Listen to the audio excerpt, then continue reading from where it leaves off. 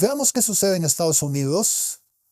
Por ejemplo, Chip Roy y otros republicanos impulsan un proyecto de ley para bloquear y deportar a extranjeros que siguen la ley islámica y afirman que representan una amenaza existencial. ¿Para qué? Para la filosofía del Estado cristiano, ¿cierto? Así que Estados Unidos se enfrenta a una amenaza existencial, la expansión de la ley islámica.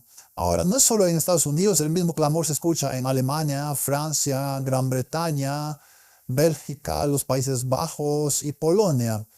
Y así sucesivamente. Viene de Italia, por mencionar algunos lugares. Obviamente, esa es la tendencia a la que nos encaminemos. Tener estados, iglesias religiosos que se adhieran a la religión predominante en esa región. ¿De acuerdo? Desde Texas hasta todos los estados de la Unión, la adhesión a la ley islámica ha amenazado el estilo de vida estadounidense, buscando reemplazar nuestro sistema legal y nuestra constitución con una ideología incompatible que menoscaba los derechos de las mujeres, los niños y las personas de diferentes religiones. Según el comunicado de prensa, Europa debería servir de advertencia a Estados Unidos, mostrándole las consecuencias de la expansión de la ley islámica y la erosión de Occidente. Cualquier extranjero en Estados Unidos que sea considerado seguidor de la ley islámica por el secretario de Estado, el secretario de Seguridad Nacional o el fiscal general verá revocados sus beneficios migratorios, sus estatutos migratorios favorables, su visa será considerado inadmisible o deportable y expulsado de Estados Unidos. Así que esto es algo que están impulsando. Sí, O te adaptas a la ideología o estás fuera. No toleraremos dos ideologías opuestas. no, y suena exactamente como lo que dijo Douglas Wilson en un contexto religioso. Sí, pero lo interesante es que lo toleraremos, dice, si es diferente a nivel regional. Pero ninguna región tolerará a quienes guardan los mandamientos de Dios y se aferran al testimonio de Jesús. No son aceptables en ninguna parte. Serán una espina en la carne. Israel elogia a Trump como el Ciro el Grande moderno. Y la pregunta es, ¿fue esto profético? Claro, esto implica la creación del Estado judío, Sí, que es un Estado sin Cristo, ¿verdad? Por definición. y todo el mundo evangélico lo anhela, ora por ello y bendice a Israel para que esto suceda. ¿Tiene eso sentido? No, no lo tiene, porque tienen una idea distorsionada de lo que dice la profecía. Piensan que tiene que suceder para que el anticristo pueda ir a sentarse en el templo. De acuerdo, entonces los cristianos creen que el Mesías ya vino. Los judíos creen que su Mesías no ha venido. Definitivamente no va a ser Cristo. ¿Quién va a ser, Martín? Y lo interesante es que hay quienes creen que es Cristo. Sí, Incluso entre los judíos buscan un libertador nacional. sí, Pero la Biblia dice que será un libertador del pecado y guiará a la justicia, ¿cierto? sí quieren establecer el reino aquí. Todos quieren un reino físico. Sí, antes de que Cristo venga y recree, ¿De acuerdo? porque Él va a recrear y entonces existirá el reino. Así que aquellos que anhelan el reino que Cristo establecerá estarán en juxtaposición con aquellos que quieren establecerlo ahora en su nombre, porque obviamente parece ser incapaz de hacerlo, así que lo haremos por él. Sí, o incluso dicen que lo harán ellos y luego Él podrá venir y reinar. Iba caminando de regreso a mi hotel y me encontré con esto. Wow. Y le llaman a Trump Ciro el Grande. Ciro el Grande está vivo. Wow. Qué increíble. se presenta ante el pueblo de Israel no como un presidente estadounidense más, sino como un gigante de la historia judía. Alguien a quien debemos remontarnos 2,5 milenios en el tiempo para encontrar un paralelo, Ciro el Grande. Usted, presidente Donald Trump, es un coloso que será consagrado en el panteón de la historia. Dentro de miles de años, señor presidente, el pueblo judío lo recordará. Somos una nación que recuerda. Lejos de ser una lucha local, lo que presenciamos es una lucha global, una batalla mundial entre las fuerzas del extremismo, el radicalismo, el fundamentalismo y las de la libertad, la democracia y la igualdad.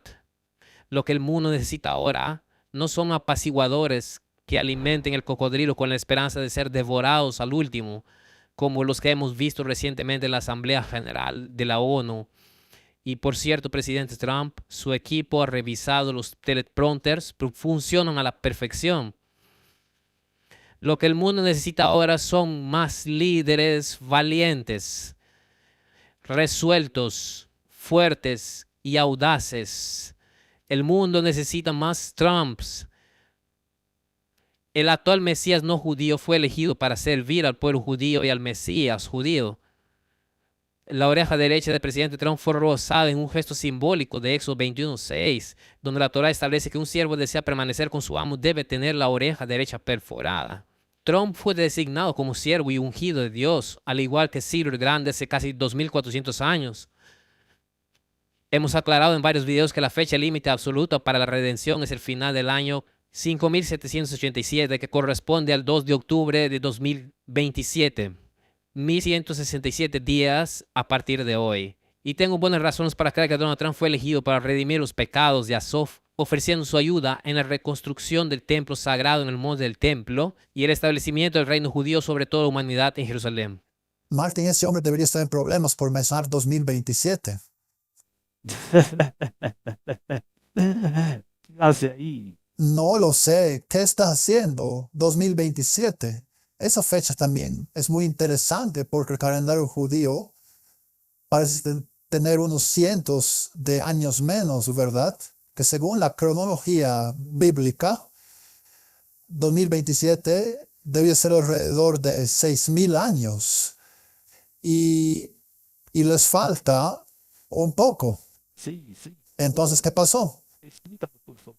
Sí, bueno, si estudias la historia, verás que no calculan el periodo medo-persa. Solo consideran el periodo del exilio. Así que les faltan esos periodos que no han incorporado. Si se incorporaran esos datos, la fecha correcta es la que dice la Biblia y no la que dice el calendario judío. Solo para aclarar. Es muy interesante, Martín. Tenemos a Ciro y él se asegurará de que los judíos tengan su estado. Ahora, lo interesante es que Ciro el Grande, él permitió la reconstrucción del templo y Darío después de él.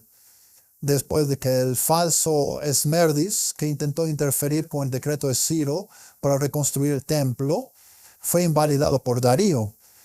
Luego Darío les dio un sistema político autosuficiente, ¿verdad?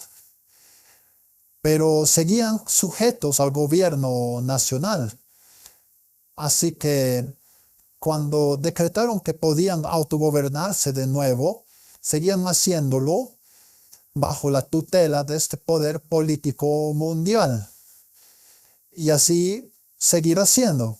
Habrá un poder político mundial que tendrá que mantener la paz. Ya sea que lo llamen Naciones Unidas o como quieran, tendrán que mantener la paz. Así que hay un acuerdo, y ese acuerdo es el acuerdo abrahámico. Ese acuerdo establece que son libres siempre y cuando se ajusten al Siempre y sistema. cuando se ajusten al sistema. Así que ustedes pueden conservar su religión y su estructura política como deseen, y nosotros conservaremos la nuestra, porque en la antigüedad se creía que las deidades eran regionales. Sí, de acuerdo. ¿De acuerdo? Entonces, no se destronaba a la deidad, se podía destronar al pueblo, pero tenían demasiado miedo de destronar a la deidad.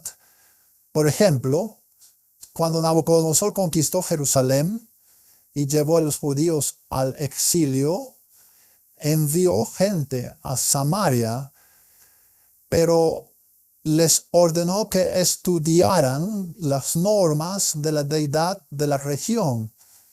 Y ahí es donde se desarrollaron religiones sincretistas como la de los samaritanos, que se basaban en Yahvé, pero en realidad están mezclados con el culto de Baal, sincretismo. Así que aquí será igual, la deidad regional será la deidad judía y en las demás regiones la deidad regional será la que sea allí. En este caso de Oriente Medio ahora sería Alá. Sí, así que vive en armonía con su propia deidad. Sí, siempre y cuando no causes problemas. Sí, Y vivas en armonía y paz y hagas lo tuyo y no hagas proselitismo. sí, bueno, eso es muy común hoy en día. O si no hagas eso, no está permitido convertir a nadie porque la deidad de la región se enfadará mucho. Sí, Rusia también tiene esa ley. Rusia la acaba de introducir junto con el papado. Sí, Y el papado es muy estricto al respecto porque el papado es la madre de todas las rameras. sí, por supuesto. Y el Papa Francisco dijo vehementemente no al proselitismo. Y como dijo el caballero, no queremos fundamentalismo. Ahora, es muy extraño. ¿Qué es el judaísmo ortodoxo sino fundamentalismo sin Cristo?